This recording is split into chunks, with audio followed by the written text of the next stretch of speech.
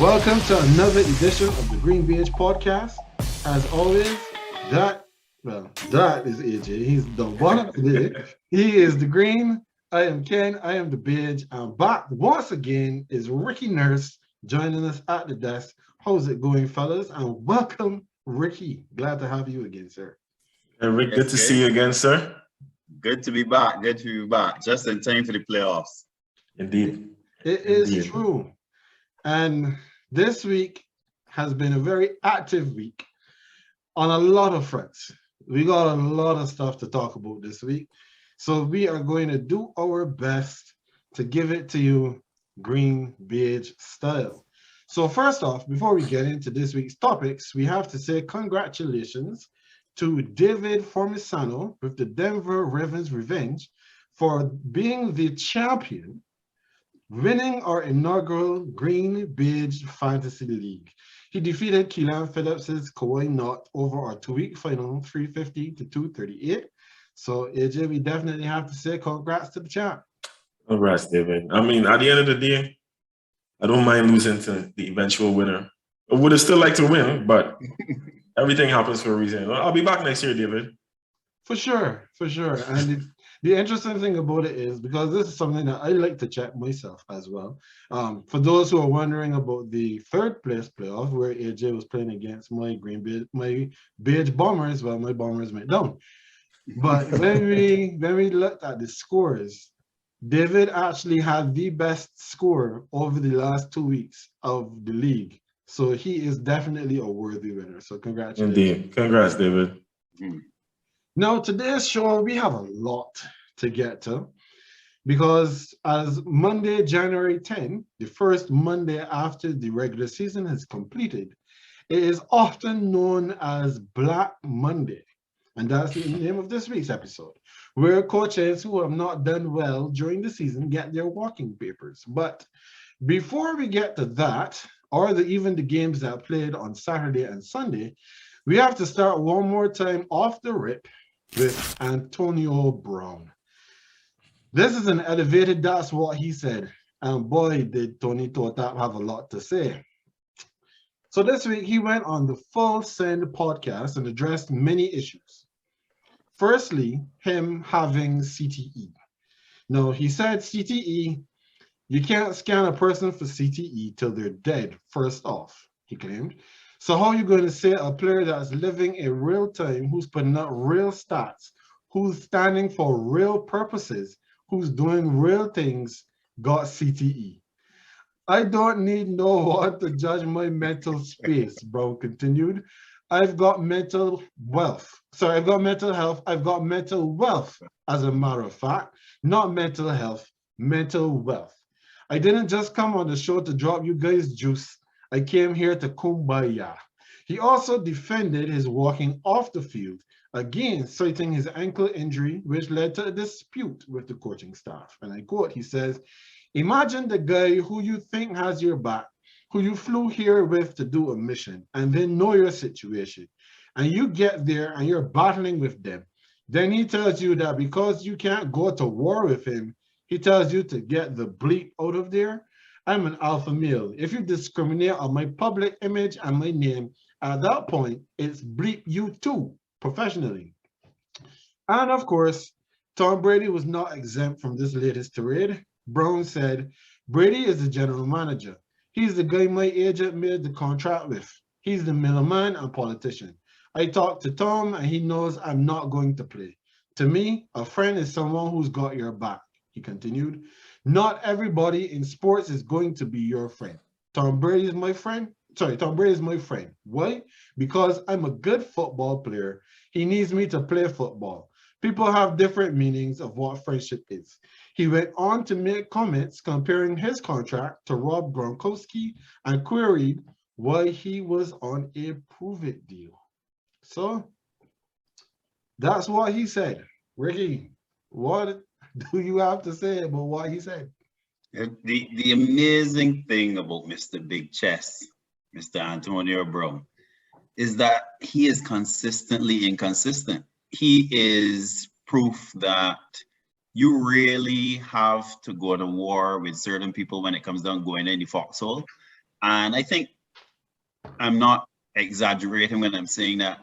I think the only reason that Antonio Brown was in Tampa Bay was because of Tom Brady. So the irony in terms of the Brady backlash is amazing. Ironically, I think HBO showed the clip from that game where Gronk was able to secure his 7th catch from the last week, week 18, guaranteeing him $1 million bonus. And the irony of watching that today is that you could see the level of loyalty that Brady has for his guys. And I felt as if AB was one of Brady's guys. So that the Brady tirade was amazing, considering I don't think AB would even be back in the league.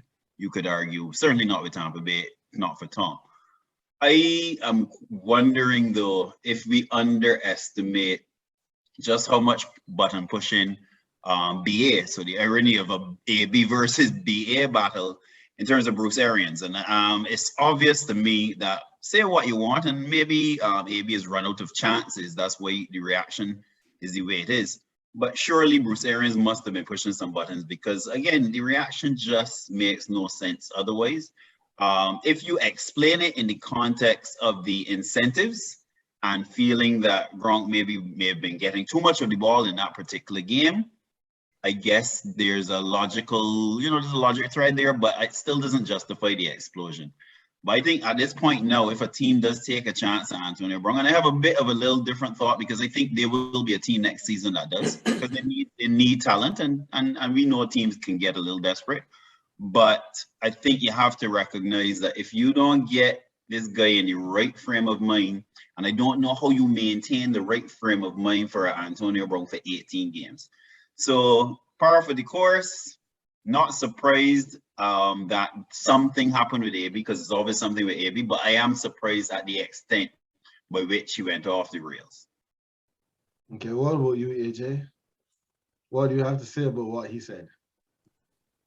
Well, Ricky, to kind of like agree with one of the last points you made, I did say to Ken as well, I really think that this guy's going to get picked up by someone else next season, because there are teams desperate enough that will take a chance on his talent and try to overlook everything else, right? Right. The first thing that struck me when you were saying that, Ken, is what causes AB? What causes AB really fighting for? I really want to know what causes AB fighting for besides AB.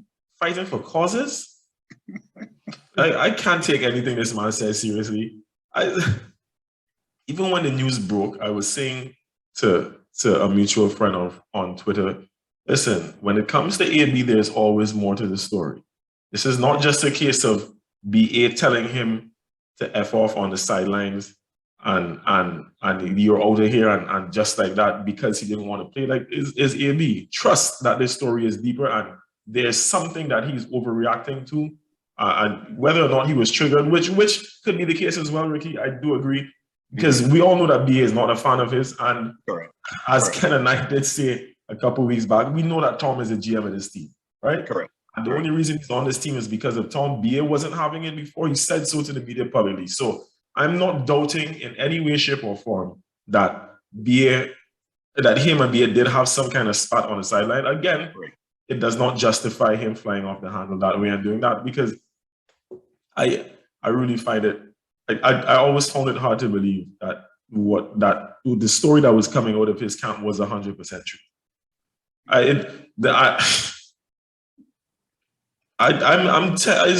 Is Antonio Brown? I'm leaning more towards the side that he was a bit peeved at the lack of production that he was getting on the field, especially after the story broke about the girl that he snuck into his room and he told her watch what he'll do tomorrow. I'm pretty sure he was referring to what he'll do on the field tomorrow, right?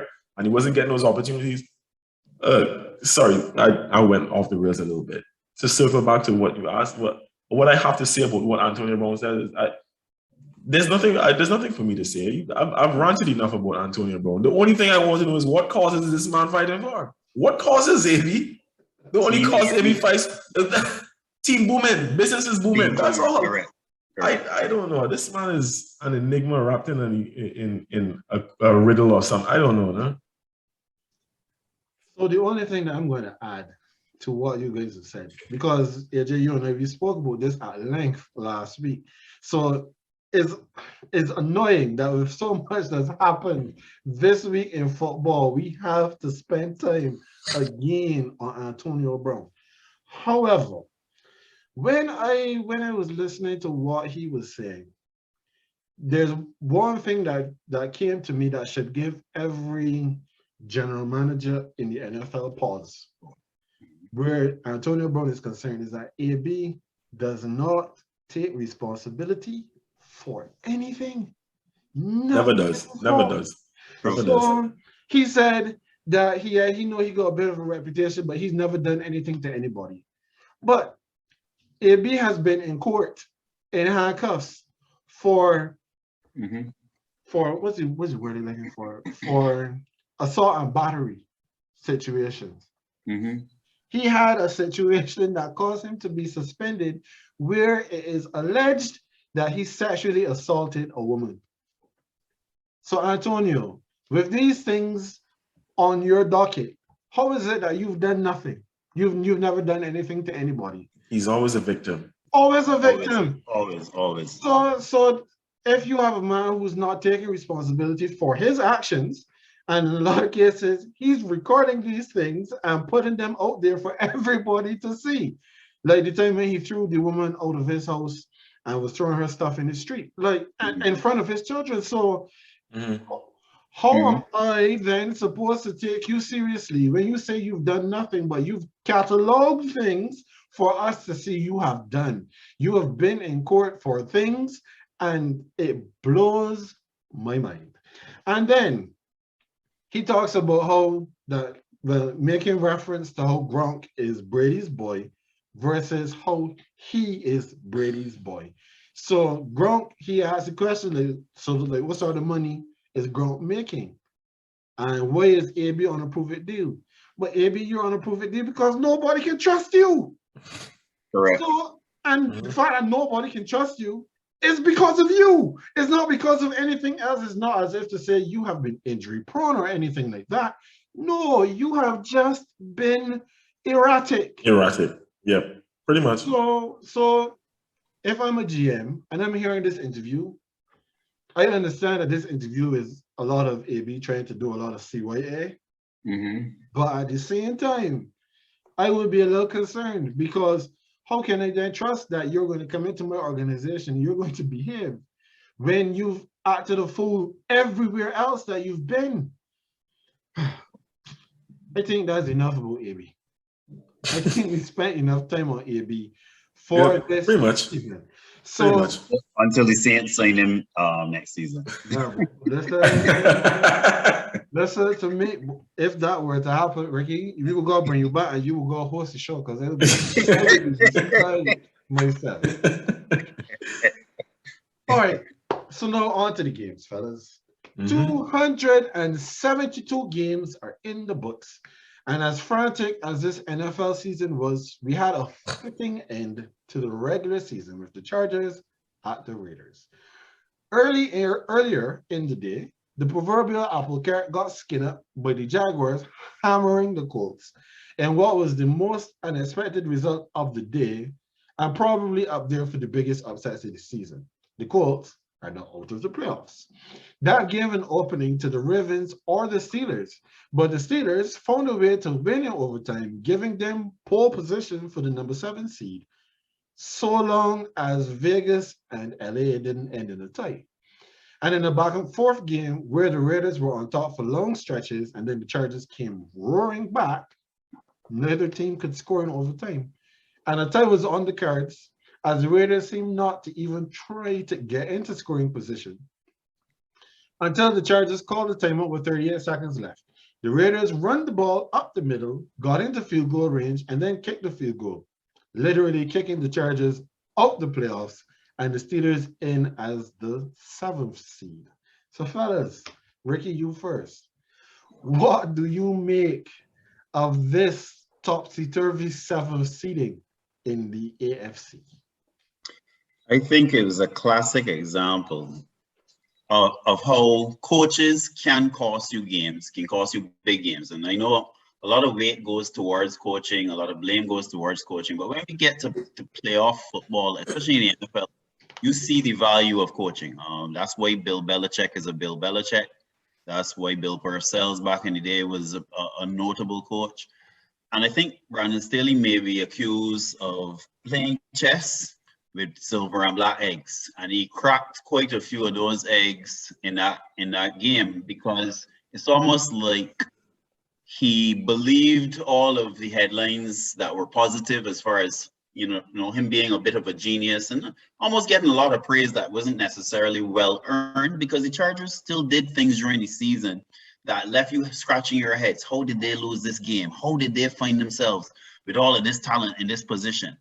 And it played out masterfully in that Sunday night game.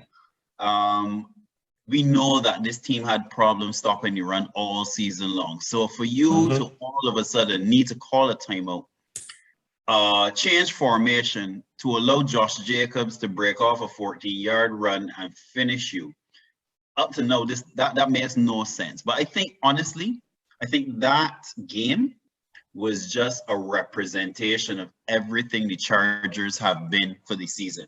Totally out of it at one point. This game looked like it's over. Roaring back, you see the talent of Justin Herbert, and then the coach finds a way to get in his own way and cost the team the game. What about you, AJ?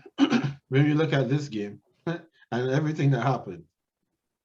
Well, you know I had to be irate about this, because you know how I feel about Justin. Y'all know how I feel about Justin. Correct. Correct. Listen to me. I was incandescent with rage looking at this game. I could not believe, just looking at the floor, like, you couldn't write a better script, you know. All you had to do was tie the game for both of y'all to just go in, and it's in perfect position going into, well, first of all, in the game itself, I mean, Justin Herbert had his bad moments, but this boy, this young fella is incredible, you know. He really is incredible. And Ricky, you spoke about that decision only, but even there's another, the other one that was earlier in the game, it was a fourth down from their own 17 or whatever. It was a fourth down from their own 17. Correct. 17, right, that's what it was, right. It's like, all right, even if you're going, first of all, poor decision at that point in time in the game. However, even if you're going for it there, put the ball in the hands of your quarterback, though. The man who is since he's joined the league, has been the best quarterback in the league at throwing the ball under pressure, right? The most successful at doing it. At least put the ball in his hands. And you saw what happened when he had the ball in his hands on fourth down later on in the game. They set a record for it, or equal something like that. The first time in 30 years. Fourth down conversions, correct. Correct. I mean, come on, I don't normally like to blame one person for a loss. But and as you said, it was kind of, as you said, Ricky, it was kind of reminiscent of what the Chargers have been all year. Like the team just can't contain a run, fall behind, and then Justin Herbert has to pull something out. Man couldn't catch the ball. Correct. The Chargers, and what I'm pretty sure I heard as well. I couldn't find that stat, but I'm pretty sure I heard during the game that the Chargers are the most penalized team in the NFL in 2021. They are so disorganized defensively. Right? Brandon Staley is supposed to be a defensive coach, you know. Bear in mind. He's supposed to be a defensive mind, you know. Correct. The defense looked terrible. As you also alluded to, they can't stop the run. This entire team hinges on Justin Herbert, right? You're in a position now where you have the chance to make it. Like, now, because looking at the flow of the game, did any of you get the impression that the Raiders actually were trying to win in overtime? No. After the game was level? No, and their head coach kind of admitted as much. He did. He did say so. But obviously the timeout would change your mind, because it's like, all right, well, we have an understanding going on here. We obviously can't walk over to each other and say and meet in the middle of the field and say, you know what, let's just stay for the tie right now. Nah, but based on how they were playing, they were in no man's land. They couldn't punt. They were out of field goal range. So good grief. And they weren't even trying to make any spectacle. It was so lackadaisical. You could tell they were just running down the clock. I was calling for Brandon Staley's head after that. Yeah. And go ahead. No, just say he doesn't deserve to have a job. He didn't deserve to have a job after that. So, but sorry, let me just finish off, because I was just finishing all the point here. With regards to that, is all Brandon Staley's fault. The Chargers should be in the playoffs. And mind you, I honestly believe that they would have been gone in at wildcard weekend, but they should have at least been there. Let Justin Herbert at least get that experience. They should have been there. Correct. You were saying, Ricky? Yeah, I just want to add big up our boy Delano Brown, because I believe that the sales of Advil, Tylenol, and Pepto-Bismol must have been through the roof for all Pittsburgh fans in that overtime period of that game. Facts. I am not a Pittsburgh fan, and I was very nervous for all Pittsburgh Steelers fans in that overtime, because as AJ said, it almost looked like the guys had come to a gentleman's agreement and they were willing to accept the tie at the end of overtime until that fateful time. You don't have to do anything. You're both Correct. in position to go. You don't need to try to run anyone so anyone gets hurt. You don't need to do Correct. anything. Just run on the clock. Correct. Sorry, go ahead, man. Correct. No, I started to laugh. I literally laughed out loud in my bedroom watching that game. When I saw the approach of the Raiders after the 2-minute warning. Because I was like, if they are trying to win this game, they're going to come out and try to really push this ball down the field to get into field goal range. Correct. They ran on first down. I think they only got like 2 yards. I started to laugh because I was like, oh, I see exactly what's happening here. We are just going to just let this game just end. And we're just watching the clock tick off, because if you're really trying to win the game, and the 2-minute warning is just passed, you're not going to, if you're going to run the ball, you're at least going to run it with some measure of, haste. Commitment. Exactly. Commitment is the right word. Correct. Yeah, you're going to operate with a measure of alacrity because time is against you. But no, I'm watching them run the ball, and then the next time they snap the ball is like 2 seconds left. So it's like, okay, so clearly they're not really trying. And the Chargers stopped them again. I think by the time this third down is like 3rd down and 6 or something like that. So you mean to tell me, if you are Brandon Staley, the guys are taking their time. So it's not as if to say the refs have to hold up play because we are substituting. No, everything is just happening as it needs to happen so we can both go to the playoffs. Bro, the Raiders didn't even use their timeouts. I don't understand I'm sorry, but what was Brandon saying? The Raiders are as we said, lack of urgency, nothing. They didn't even use their timeouts to stop the clock, to try and drop some plays. Nothing. What was Brandon Staley saying? Sorry, Ken. I was so irate for real, Jack. There was also a clip where Justin Herbert was seen on his side. And I never wanted to tie so bad. I never wanted to tie so bad. Correct. But I mean, Brandon Staley, after the game, his explanation of calling the timeout was he wanted to get into the royal personnel group to handle the 3rd down play. But come on, Brandon, you just stopped the men. You've not been stopping the run all season, but you just managed to hold them to 4 yards on 2 plays.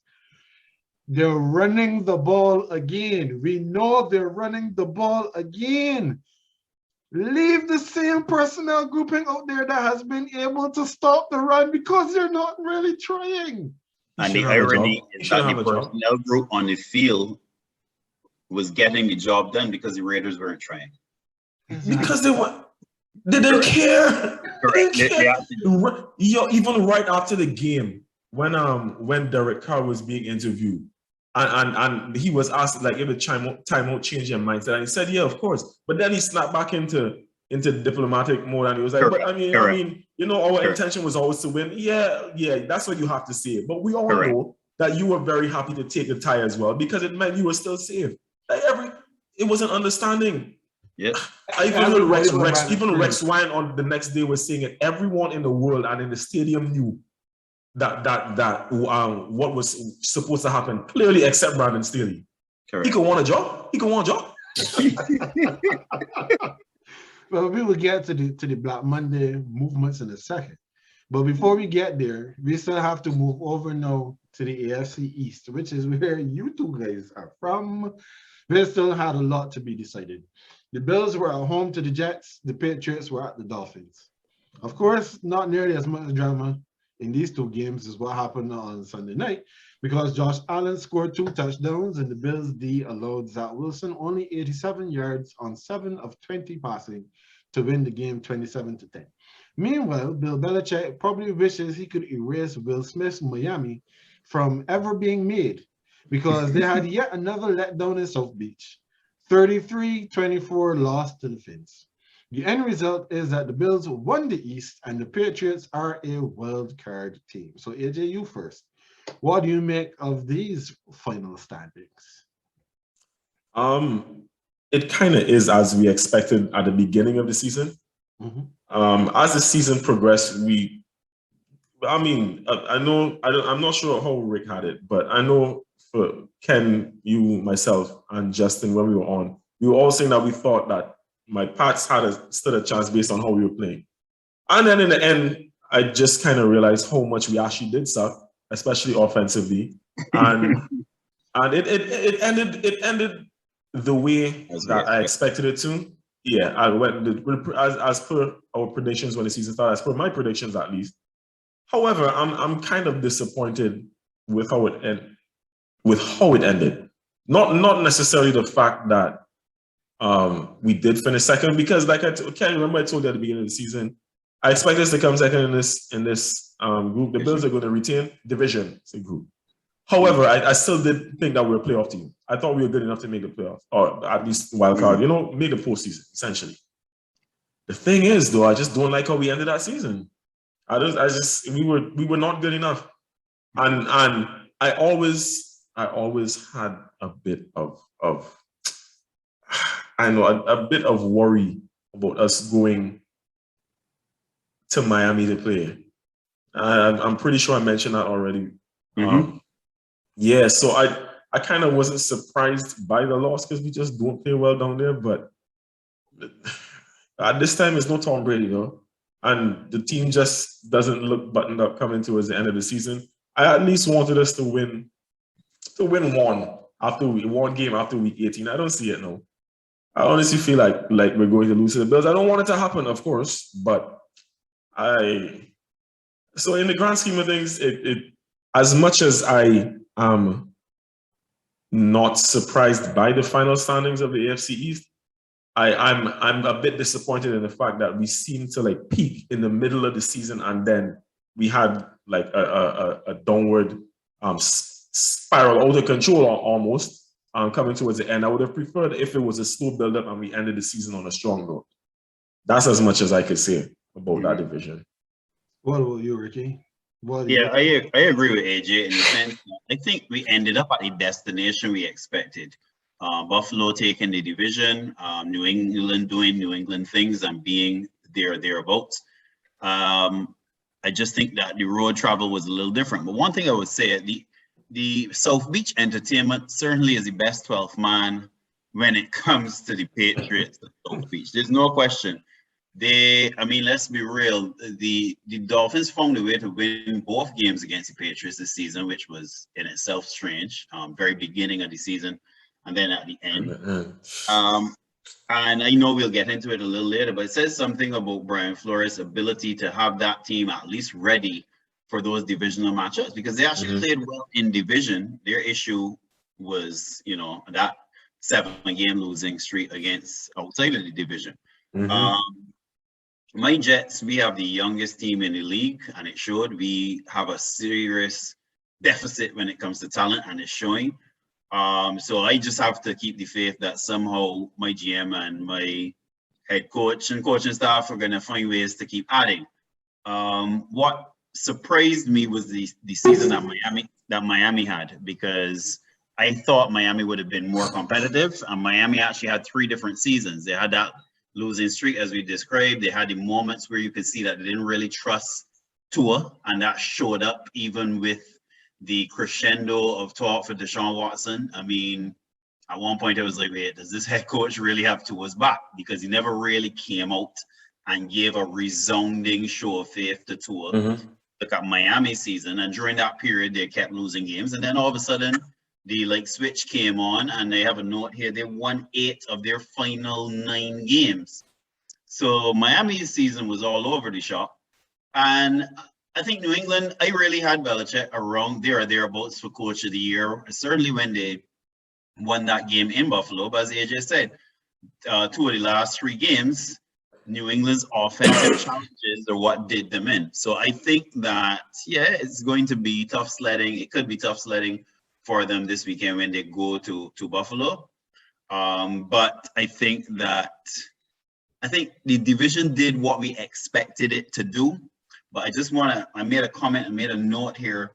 I think that Buffalo has shown us that they're a playoff team, but I don't think they showed us that they're a Super Bowl ready team. And to me, that was a key observation this season, because when last season ended and they lost to Kansas City, we kind of felt that Buffalo was going to come back as a Super Bowl contender. The Buffalo that I saw this season, solid playoff team, yes, but I did not see Super Bowl contender from the Bills this season. And that was, to me, that's an indictment again on the Bills, because to me, you should come back this season ready to go to LA and compete in the Super Bowl. I don't get those vibes from this Buffalo team. Mm-hmm. Well, I will be honest. AJ, you knew this, and I'll be honest with the viewers as well. I didn't pay attention at all to these last 2 games. First off, this is your guys' division, and these games happen to be happening at the same time on the other side of the bracket, and that is where my focus was. Correct. So, finally, the NFC West.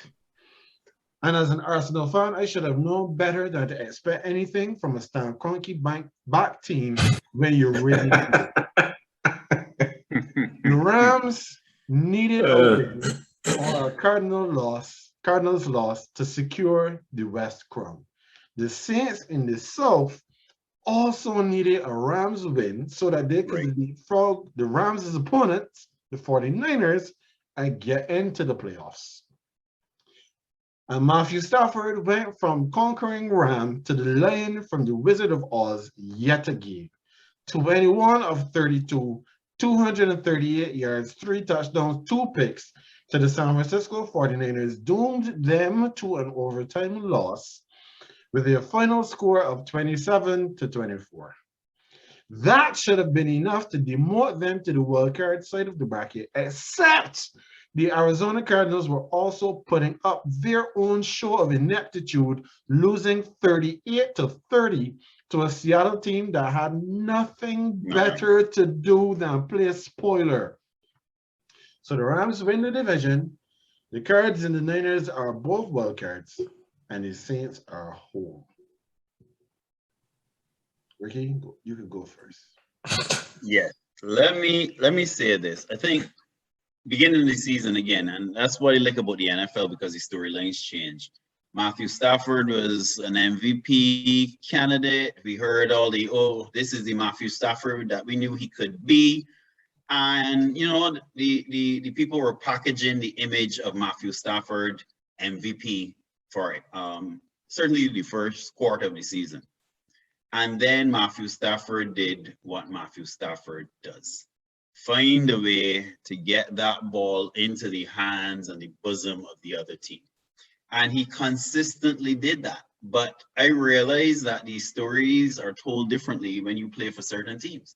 So Stafford was having this issue with these interceptions for the second half of the season. But no one was saying anything about it, because he has Sean McVay on his sideline. He has the defense, the brand name defense, as I like to call them.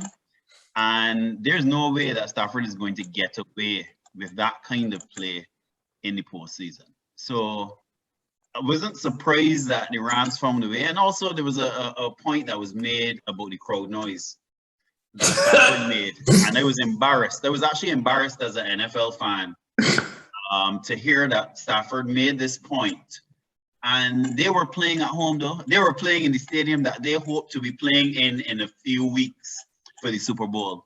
And you allow the 49ers. I mean, yes, 49ers has a fan base, but they're not in the top 5, top 6, in my opinion, of fans who travel and noise. You know, there's a legacy to this, and I don't rank the 49ers fans there. So for the 49ers fans to be able to come into your stadium and you have an issue with crowd noise in your own stadium on the eve of the playoffs, I was actually embarrassed when Stafford said that, because that's only going to get worse. And teams of the, you know, fans of the teams that you have to play now, they're going to say, well, look, let's not only show up, but let's make it loud, because clearly that can impact this gentleman, one Matthew Stafford.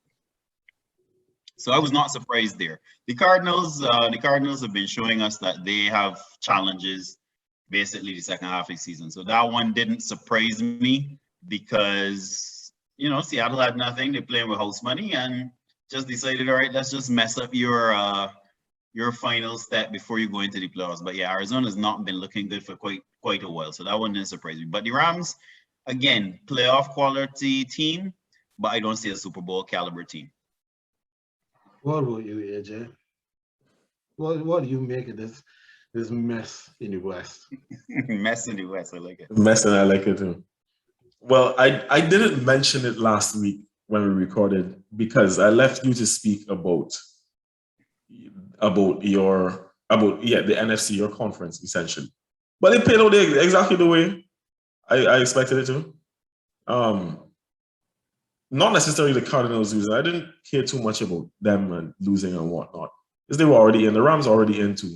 But I'm not surprised that the Rams lost. How many weeks now have I been telling you I don't trust the Rams? I've been saying I don't trust the Rams. Mind you, I was one of the guys that was very high on Stafford coming into the season. I wasn't, because I even drafted him with confidence in one of my main leagues. He let me down in the second half of the season too. And if he ever comes in the store, because he's from around the area where I work, right? If he ever comes in the store, I will let him know that too. I ain't afraid. I will let him know how he disappointed me this season, because he had no excuse. Keep giving the ball over to the other team as if he have a son he playing catch with across there.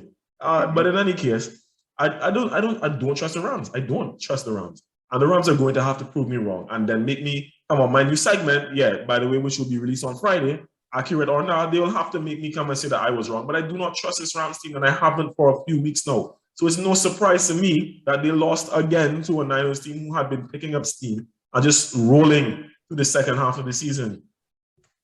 Again, what the Niners do very efficiently is run the football, and then they have a juggernaut in Deebo Samuel who cannot be contained at any cost. I just said it there, the Niners. Right, so, yeah. So I'm not surprised that it played out that way, and then and the fact that they ended up stopping your Saints in that regard, Ken, because we know you're going to beat the Falcons. The Falcons just show up to show up, but we know you're going to win that game. But I really am not surprised, and I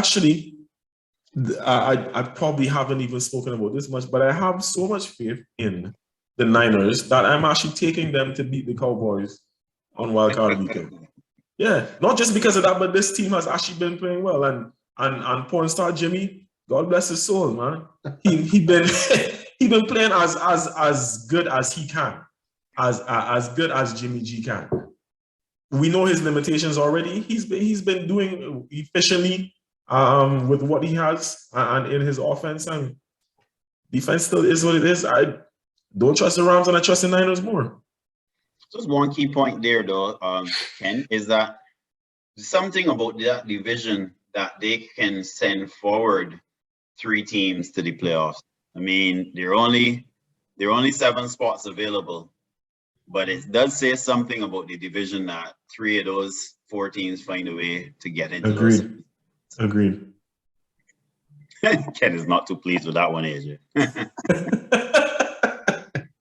So I have to thank you for your statement on porn star Jimmy, because that caused me to laugh during the segment, because I didn't have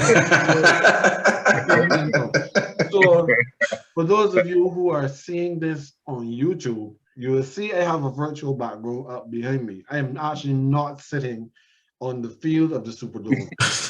But I had to do something to show the level of pride I had in my squad for the way we had to battle this season to finish 9-8. I thought that we were going to finish 8-9, honestly, or worse, when we lost as many players as we did throughout the season. And when you look and you saw that, well, Ricky, as you said, your Jets are currently the youngest team in the league. NFL. And the Tennessee Titans, they had the most players overall Correct. for the entire season. The Saints had the most starters all season long. True. And on top of that, this season we had to play 4 quarterbacks. We have 4 quarterbacks start games. And we still managed to come to be on the cusp of getting into the playoffs if the Rams won the game. So kudos to the Saints. But you see them Rams won't put it on top of the altar and let the fire from heaven come and rain down on them. How do you have to win this game to make sure that you solidify your winning of the division, and you go and you cough it up so badly to the San Francisco 49ers at home? Now, I know there are 49ers fans out there like Jamel Hill, who posted on Twitter celebrating on Instagram that, you know, basically there was no way in her mind that the Rams were ever going to beat the 49ers. 49ers wanted it more, and it showed. And to your point about the crowd noise, if you are the home team, you need to make a way, you need to make sure that you secure your home field advantage. There's a reason why all of these games don't play at neutral sites. You play at home so that you can get your crowd in there to back you up during the game. You do not sell all of these tickets to the away fans. That's number one. And then you remember when there was a lot of the talk about the fact that the Rams were going to LA, and then the Chargers decided they were going to pick up sticks from in San Diego and join them in LA. The thing was, if you are dealing with LA crowds, LA is LA for a reason. There are lots of competing interests with what's happening on Sunday afternoons in LA. So if you are going to be bringing a team there, then it has to be a team like the Raiders who bring everybody to the game so that you don't ever get overshadowed in your own stadium. The Rams were a previous LA team and they went back there, but they don't have the big enough following. They don't have any identity. When the Rockets 49ers fans come in there and recognize, oh, wait a second, if we keep with just a little bit of noise, it's going to affect this entire offense. So guess what? No, we have to be, we the Rams have to be using silent counts for the offensive line because they can't hear. We have to have the guard peeping back at Stafford like he's on the away side to tap the center to snap the ball because he can't hear the snap count. Deebo Samuel even made the point that he think they were filtering in crowd noise, which really and truly, again, is another slap in the face because you can't be in week 18 and you need to filter in crowd noise. This is not the COVID season. We should not be having to do any of those shenanigans. Agreed. But oh my God. And nobody Saints are home because of their ineptitude. No, both of these teams from the NFC West have now reversed into the playoffs. They've fallen into the playoffs butt first. And I expect they're going to be skinning on those same butts in these first games. I have no faith in the Rams. The Rams should have stayed in St. Louis. I have no faith in the Cardinals. The wheels have fallen off that bus. The bus is flat on its irons, and the wheels are skipping going down the road. I have limited faith in the 49ers, but there'll be time for that. There'll be time for that later. I can step off my soapbox here. Only thing I would say there, Ken, is that the Rams are playing the Cardinals, so one of them exactly. That's exactly what I was just about to say. One of them is gonna advance. So that is a perfect segue now into this week's schedule. So My Saints are not here, but I mean, anyhow, I'll get over it.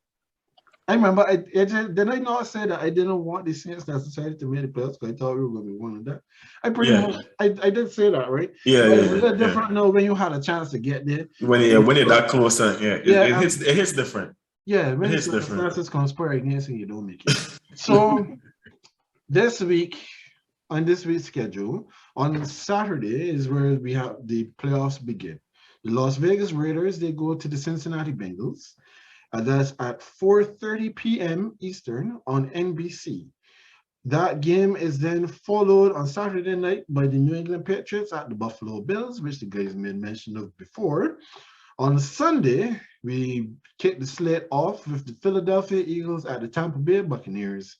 Then we go to the San Francisco 49ers. They travel down by AJ to face the Dallas Cowboys. Sunday night finishes with the Pittsburgh Steelers, who are holding a retirement party for what's his name, Ben Roethlisberger. Mm-hmm. They're going to the Kansas City Chiefs. And then for the first time, we're having a Monday night playoff game, Arizona Cardinals at the Los Angeles Rams. And I know there'll be lots of time for us to pick those games after they play. But it is Black Monday. And boy, was it a Black Monday for some. On average, every season there are 6 to 7 coaching changes per year. And would you believe it? We are right at that number. Earliest in this season was John Gruden, and later on, it was then Urban Meyer. Then, unfortunately for Vic Fangio, the Broncos played on Saturday against the Chiefs.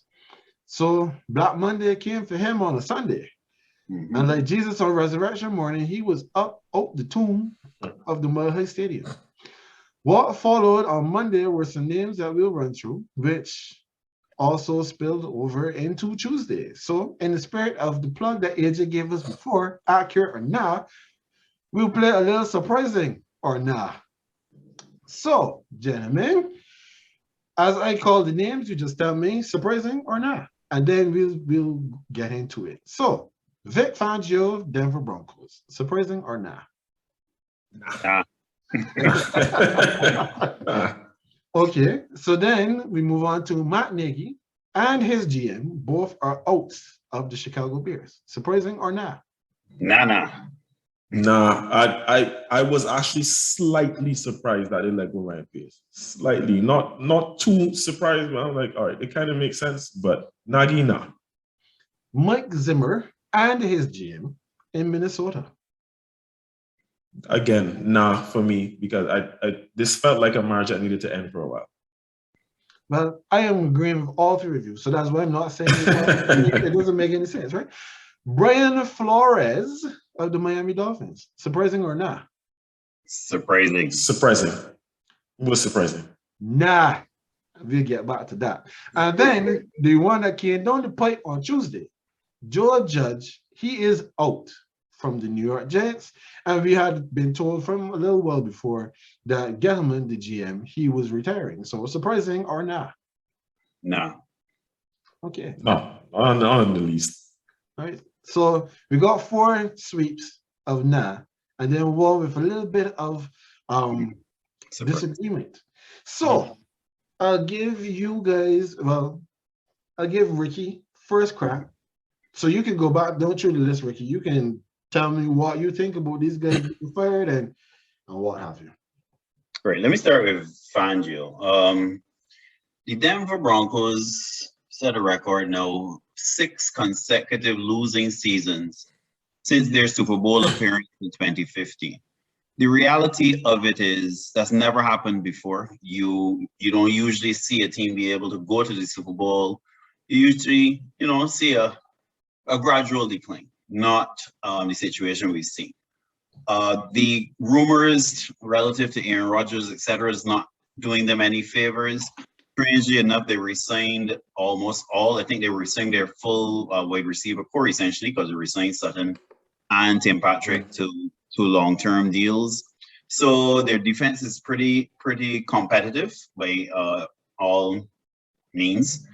So it it was not surprising because when I heard Fangio try to throw his QBs under the bus, recognizing that he was the bus driver, I knew, all right, this has to go. The problem that I see there, though, is that if you don't get one of these marquee name QBs in the offseason, then I'm not sure that the situation will get any better for who the new head coach is.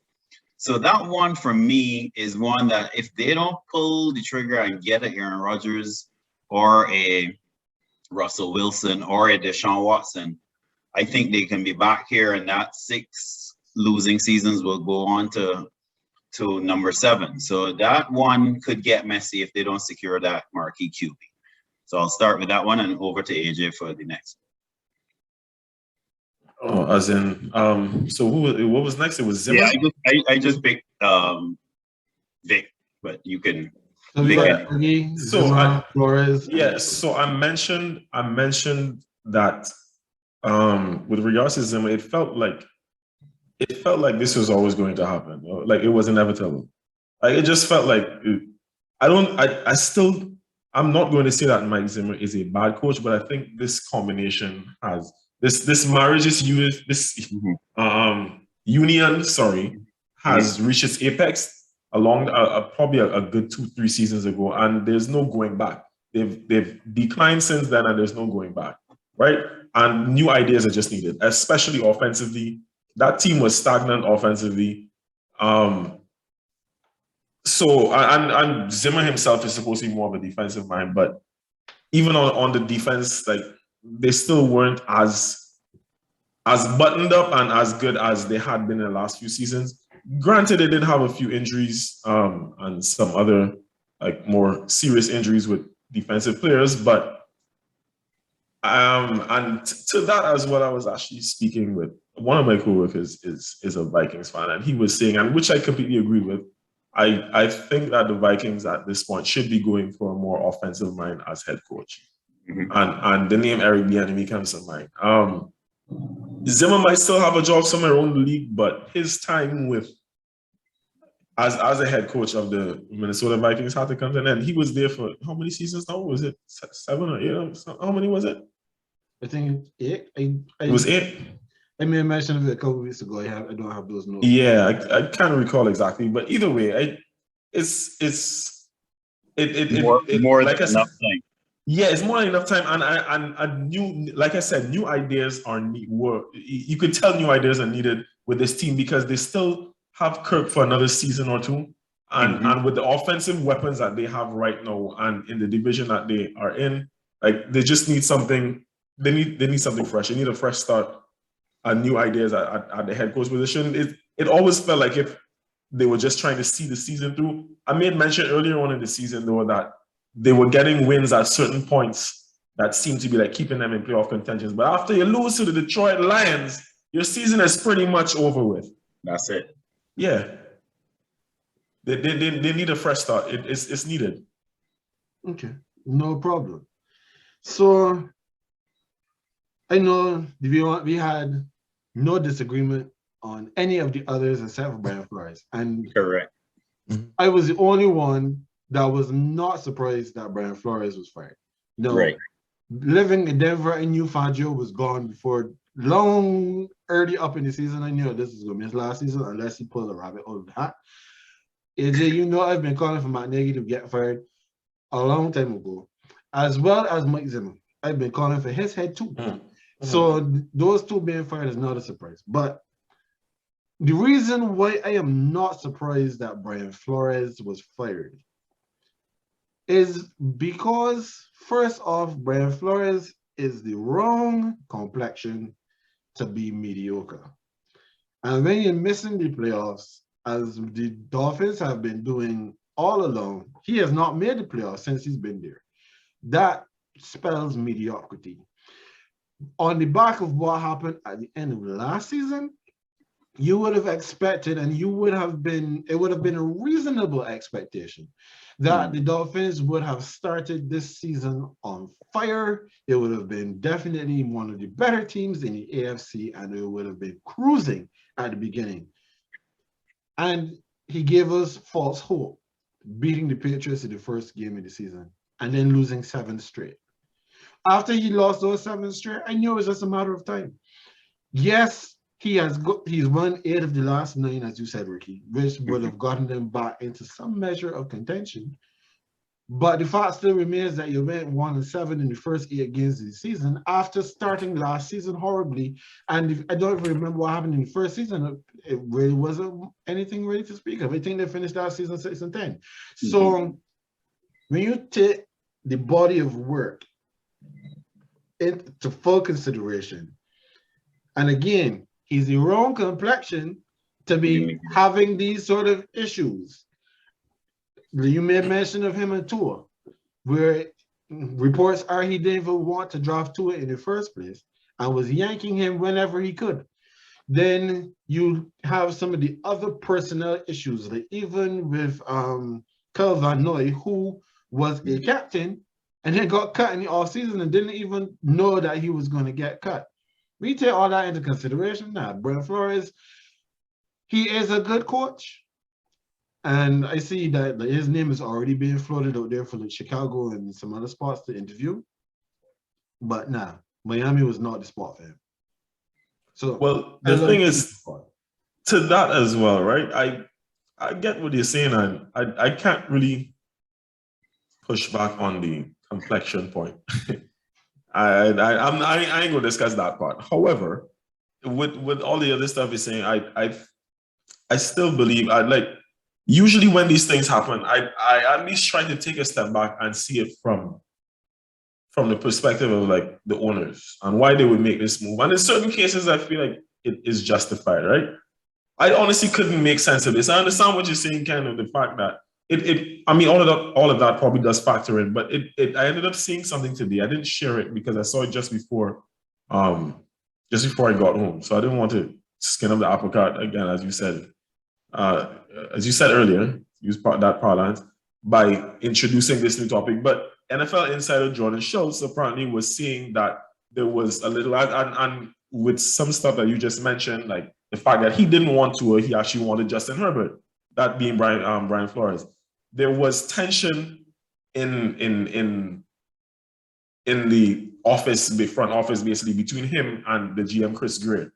And Chris Greer basically went over, well, he's not over his head because he's his boss, but he basically went to the owner and told him, yeah, I don't think we can win with Brian Flores. So he basically manipulated the situation and Stephen Ross to get Brian Flores fired. So all of that does factor into it as well. Again, it could be his complexion too, but it's a lot more politics than the results for me, because I don't believe that the results warranted him being fired, which is why I was surprised, especially given the fact that Tua has not shown up. And this is not on just any and anyone. Tua has not shown up. And yes, I have criticized Flores in the past for how he has used Tua as well, but he just, and even in like Jalen Waddle, who they drafted to be a weapon for Tua, just broke the rookie receiving record, right? So you have a weapon like that, but Tua still hasn't been like the quarterback to take over a game and lead and march a team down the field and lead. He still hasn't in a sophomore year. So if it was that they were getting rid of Tua, I was saying that to say, if it was that they were getting rid of Tua as well as far as, I would understand that more, because Ken, that would be to me like the same conversation that we've always had about Arizona with when Steve Keim got rid of Wilkes and Josh Rosen to start off. So if they were getting rid of head coach and QB to start that over, I would understand. But you know that they're not doing that with Tua though. They're not, because they wanted Tua. Brian Flores didn't want it. So I mean, after all of this came out, I was kind of like, okay, this makes more sense to me that it was something behind the scenes more so than its actual results. I ain't doubting the fact that he is of a darker shade, could have had something to do with it. But, you know, that's conjecture at this point. I don't want to speak too much on that. I'll leave you to allude to those points. Yeah, I would just like to add that I get Tim Tebow vibes from Tua, and I can tell you why. Nice guy, well liked, well documented college career. including winning a national championship on the big stage. So you come in with all this expectation, all the hype, everybody loves you based on what you did in college and the nice guy image. But you have your shortcomings. You have your shortcomings that you know are not going to translate from the college game to the NFL. But then what happens? A certain segment of the fan base falls in love with you. People talk about all the intangibles that you bring to the table, even though we can't measure those intangibles on the field of play. And nobody on your team really goes to bat for you. I always listen when it comes to Miami Dolphins, who is going to bat for Tua? And it doesn't happen. Same thing with Tim Tebow. He started in that movie when he was with the Broncos and with the Jets. Everybody loves him, but nobody goes to bat for him. So I get those same Tim Tebow vibes from Tua, where I say to myself, because this guy is a nice guy and because he has a history on the college level and brand recognition in our homes, we kind of give him several passes. So we give in Tua all these passes that people gave Tim Tebow as well. But your coach ain't really going to bat for you. The other players on your team not going to bat for you. And there were several times, as AJ rightfully said, last season, when Flores needed to win a game, that he pulled Tua and put Fitz back into the game to win critical games when he needed some wins. So when I saw that, I said, no. I know the storyline is well documented that Flores didn't want Tua. He wanted Herbert. Everyone knows that. As I said earlier, the Deshaun Watson phase in the season made me believe that this man really wanted Watson and that Tua was a goner, and then obviously that fell apart. So I think what's going to be interesting going forward is to see what direction Miami goes. But it may affect. I hope it's down, though. Yeah, it may affect their recruitment of a head coach, because if the GM and the owner have decided that Tua stays as the QB, there are certain, and I know we'll get to this in the next segment, there are certain head coach candidates that may not want that Miami job. So it may not be as attractive as you would normally expect for a job in Miami, because if you are stuck with Tua as your QB, you may say, you know what, let me take another job. Ricky, you are setting up my segue as well. You're making my job as host really, really easy. So, because as you made mention of our next section, now we know the teams that are looking for head coaches. We have Denver, Chicago, Minnesota, Miami, and the Giants. Jaguars still don't have a head coach, and we said before that Rich Bisaccia, he doesn't necessarily fit the profile of the Raiders. Right. But of course, there's a lot of talk that we're hearing now that it may be a little difficult to not give him the job because of how beloved he is with the team and the organization. So, because we don't know what's going to happen with him yet, we're going to keep the Raiders in this conversation. So when we look at the 7 teams right now, which of these jobs would be the best job? Let's start with you, Ricky. All right. I had my notes. I said, yes, when we get to this is what I'm going to say. These are the reasons why. And then, boom, got a prompt on my phone saying that Joe Judge is out. It was Blue Tuesday, and big up to your listener, Mark Thompson, for messaging me that today was Blue Tuesday because of what happened with Big Blue. And I will have to say, I will change my pick to the New York Giants simply because I think there is talent in New York on both sides of the ball, and I think the issue may have been coaching. I am not as sold on the quarterback as some Giants fans are, so I agree. And that is something that when you have 2 picks in the top 8 picks in the draft, if you want to move on from Daniel Jones, if the new GM and the new head coach have determined that we need to move on from Daniel Jones, you can do so because your GM has retired, your coach is now gone, and anyone who's coming into that position can easily pull the trigger with one of those 2 top 8 picks if they so desire. I mean, it's a function of if you have enough talent in the draft, obviously. But if your decision was to move to Pickett or one of the QB options, you can now do so as well. You're not you're not tied and vested to Daniel Jones. So the reason I say that is because the NFC East is by no means a foregone conclusion as a division.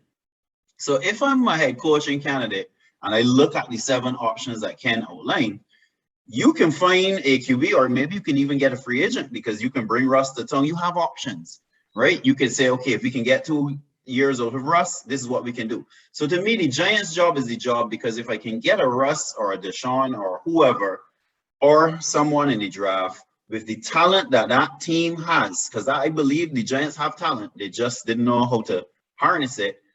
I think that team can go from worse in the division to a contender to win the division next season. So that's the only reason that I would go with the Giants, because and they have the draft capital also, because they're in that position. So my most attractive job at the 11th hour was changed to the New York Giants. Understood.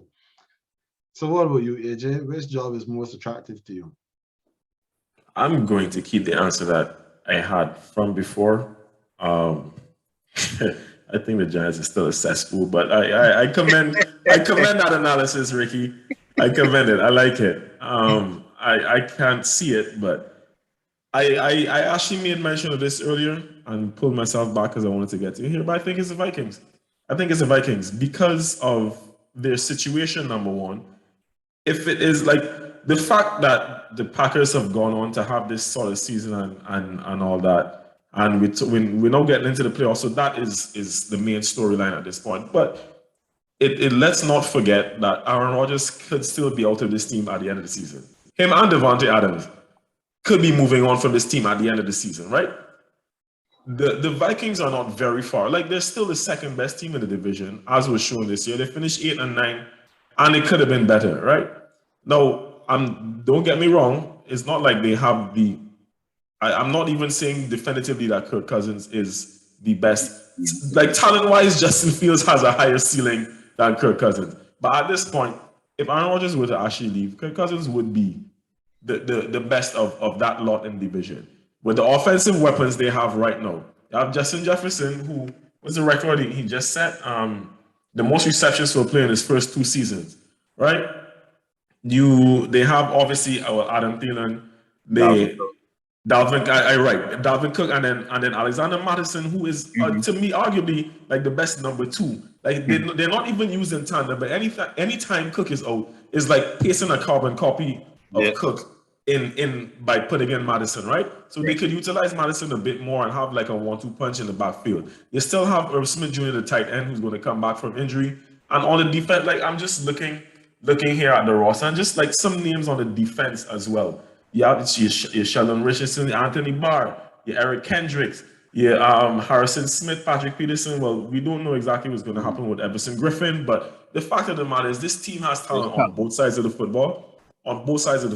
And in their situation, in that division, they have the chance now to be able to go for it, because the Bears are not going to be that team next year. The Lions will still be the Lions.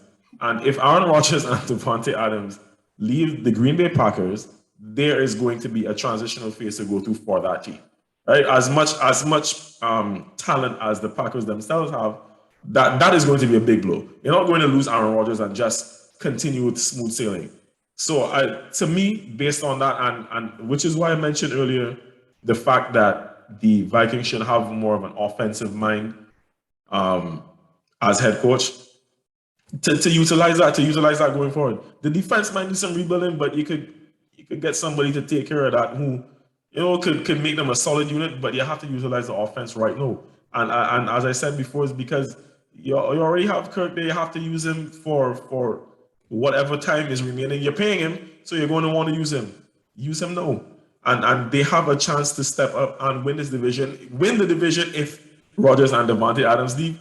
However, if in the unlikely event that they both do stay with the Packers, and I say unlikely because I really don't see both of them staying there, in the event that happens, the Vikings can still be the second best team in that division and make the playoffs. And that's what we need right now. Okay. Now, my pick, the best team the best situation for a head coach going in is different from both of you. And while your situations will have the leg up on mine just because of the divisions that they're in, my pick was actually my Denver Broncos. I knew that was coming. I knew that was coming. I knew that was coming. No, I don't share your optimism, Ricky, with the New York Jets. The main reason is I don't, after what we've seen this season from their receiving core, I have lots and lots of questions.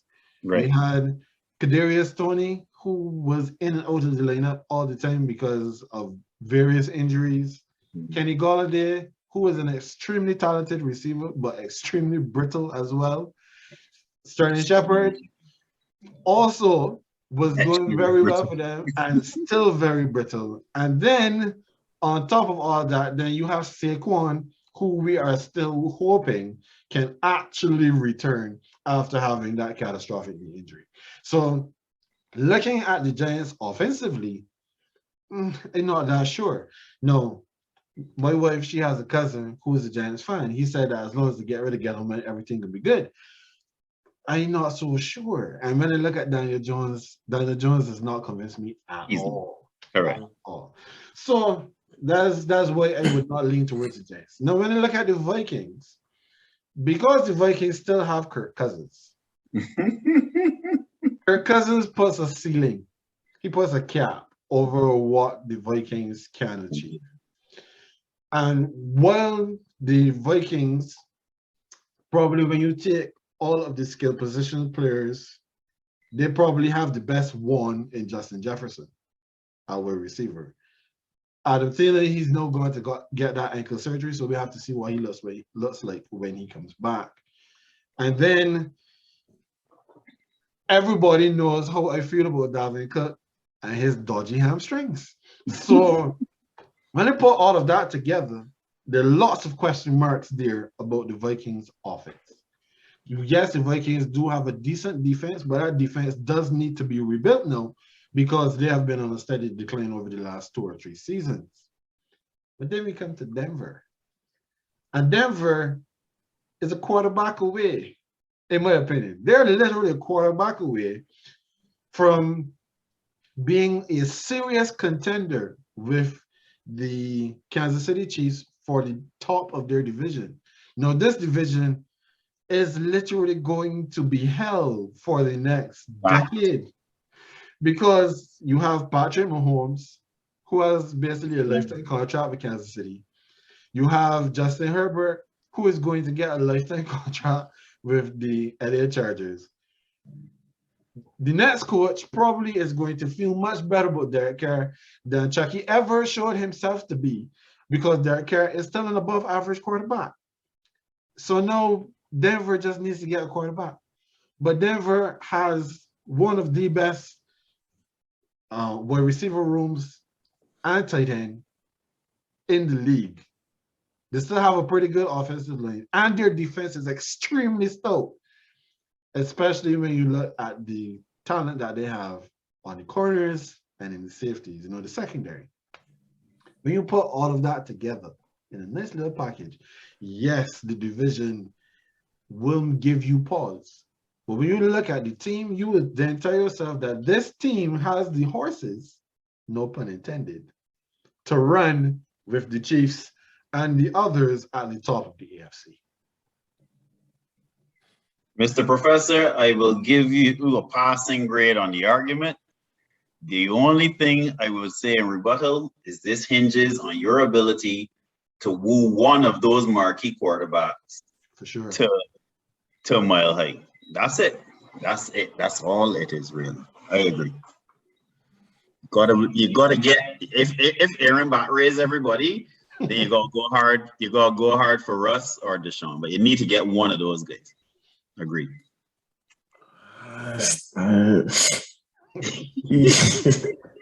You're not completely wrong, but let me play devil's advocate here. To your credit, you did say that our choices may hold a bit more weight than yours. But I think you're being a homer here. I think you're underselling the other teams and selling the Broncos a bit too high. Jerry Jeudy just came back off an injury too. Jerry Jeudy just came back off of an injury as well. Courtland Sutton? Yeah. And but he not just got a contract and what. But yeah, so he's there. Mm-hmm. It's not that they don't have weapons. And I do agree with you that obviously Denver's defense was better than Minnesota's this year. I think you're underselling the fact that a lot of the Vikings defensive players who were on the team a few years ago when they made that NFC Championship game with the one and only Case, a lot of those players are still there. Obviously, it's a few years ago, so you don't expect them to be at that same prime level, but they're still capable of producing if they have a good structure in the defense. This year wasn't it, right? There was just a lot wrong with that unit, but I still think that potential is still there. Because I even forgot to mention the fact that Daniel Hunter, he's going to be coming off an injury, but he's a major player in that defense as well. I don't know. I still, it is less about let me not focus too much on the injuries for Denver or whatnot and with the offense. It's more to me about, as Ricky, to piggyback off of Ricky's last point, it's just the fact that you have to convince one of these quarterbacks now to come across there. You have to convince them to get it at this point in the and y'all ain't been good doing. You haven't been good doing that, You have not been since Peyton. You haven't been good at bringing in a suitable, not even an average quarterback to lead this team. And so you are looking at having to bring in like a top tier 1 or tier 2 quarterback to marshal this team because of the other names that you call at the end of this division, who we all agree are at least above average to elite, right? Mm-hmm. So I think it's a stretch at this point because I just think that Denver is a really hard sell. I think it's a hard sell, honestly. But I get what you're saying. If in the event that it does happen, it is a very attractive. It is a very attractive option. But I just think it's a very hard sell at this point. Well, talking about, it's not like Aaron Rodgers is going to go to the Vikings, so you never know. You never know. But talking about hard sells, when we look at these 7 teams now, well, there's one we could not get agreement for the best team. I'm curious as which one of these jobs now is the least attractive for a prospective head coach. And AJ, give you the first jump on this one. Well, I kind of just said it. I'll stick with that so as not to. The thing is too, I didn't want to change my answer such as Ricky did. But on the flip side of this now, based on the news that came out today, I would probably say the Giants. because of the entire situation and everything that has already been outlined as per the issues with the New York Giants.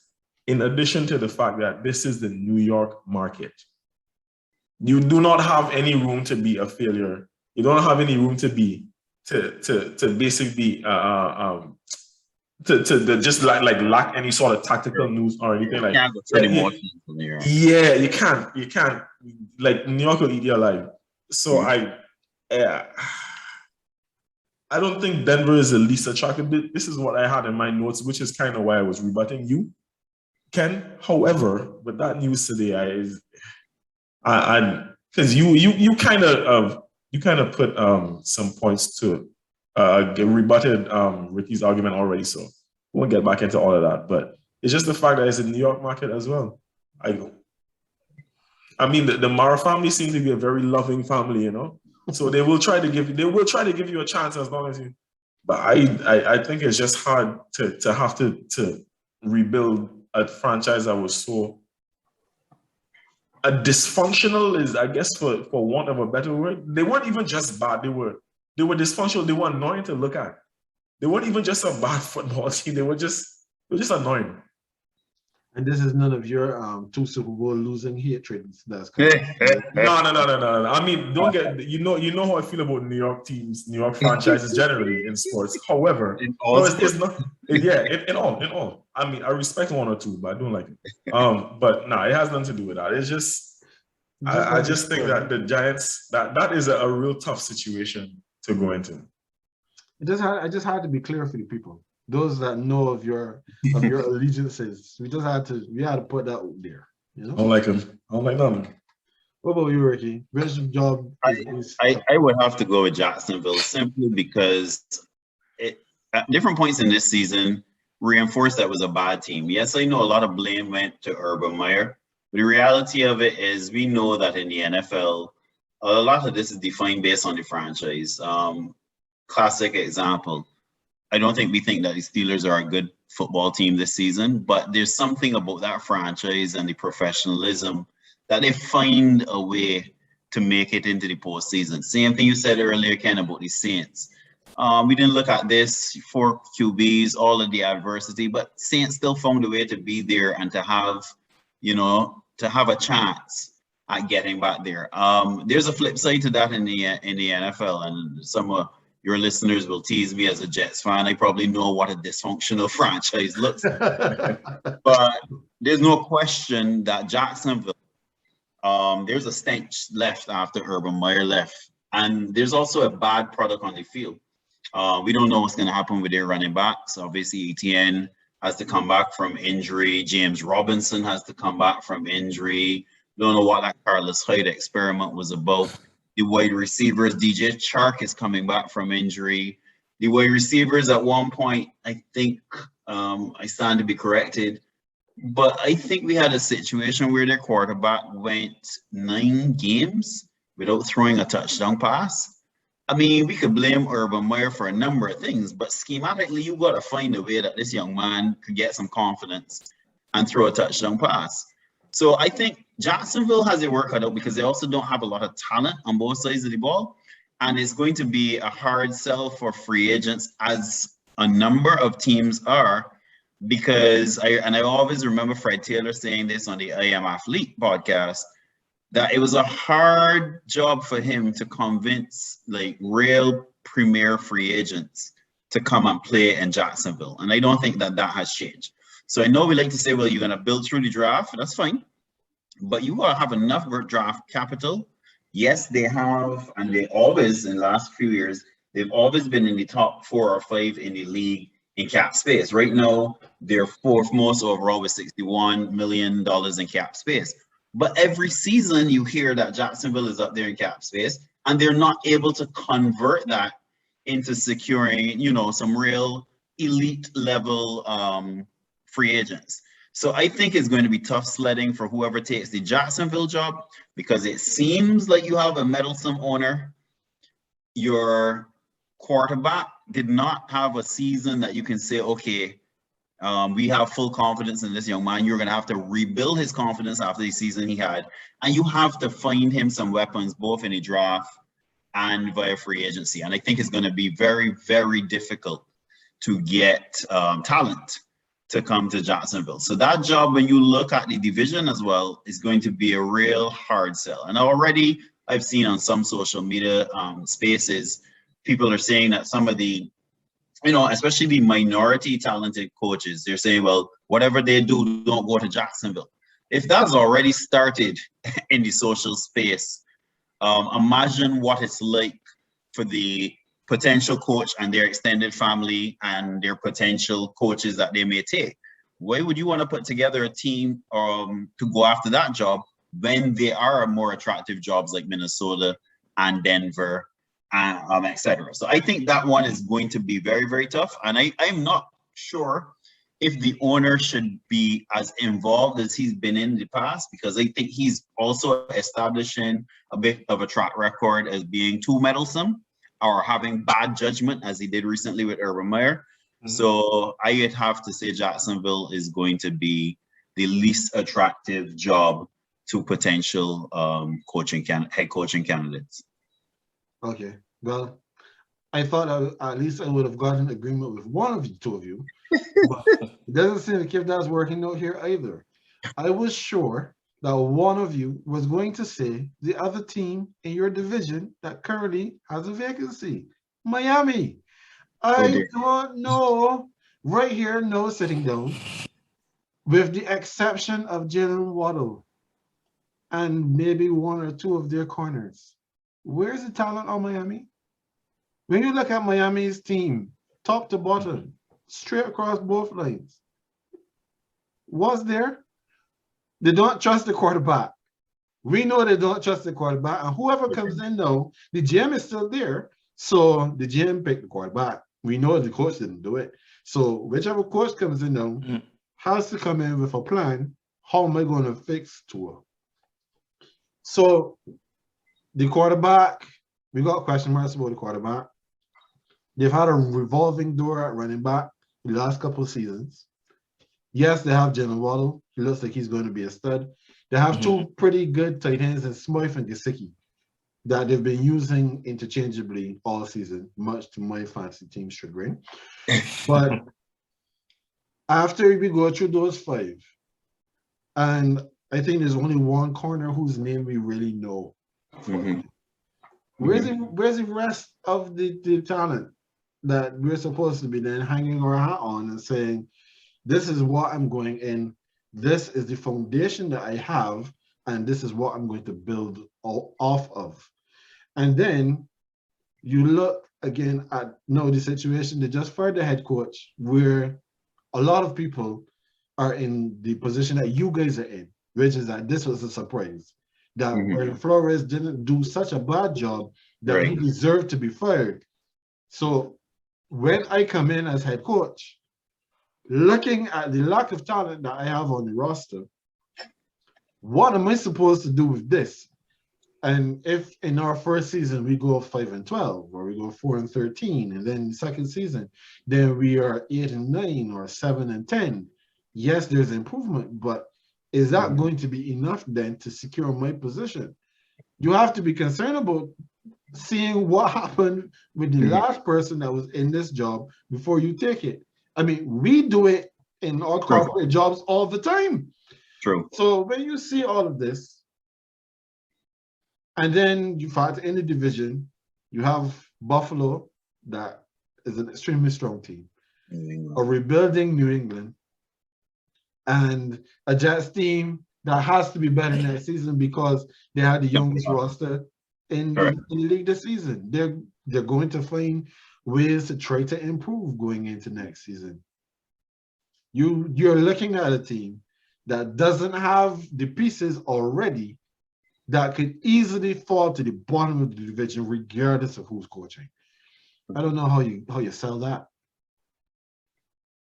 You win that one, Professor Griff. You win that one. You win that one. I think the defense is as bad as you're making it seem, though, but fair enough. I get the argument. It would be a hard sell, I get that. But the defense was about middle of the pack, to be fair. They really turned it on. I think they became blitz happy, but what helped them is that they got matchups against quarterbacks that were confused by the blitz, and they really started to pick it up. Yeah, agreed.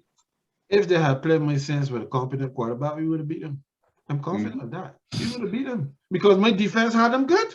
My defense had them in problems. The same thing they used against Lamar, they did against your Saints, against Taysom. So yeah, when they had a QB that they knew would have difficulty getting the ball downfield, they took that away. So I agree. The cupboard is pretty bare when you really take time and have a look.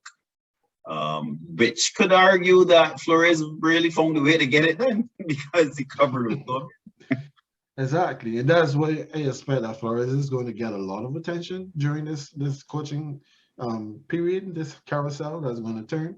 I anticipate that he's most likely going to get a job heading into next season.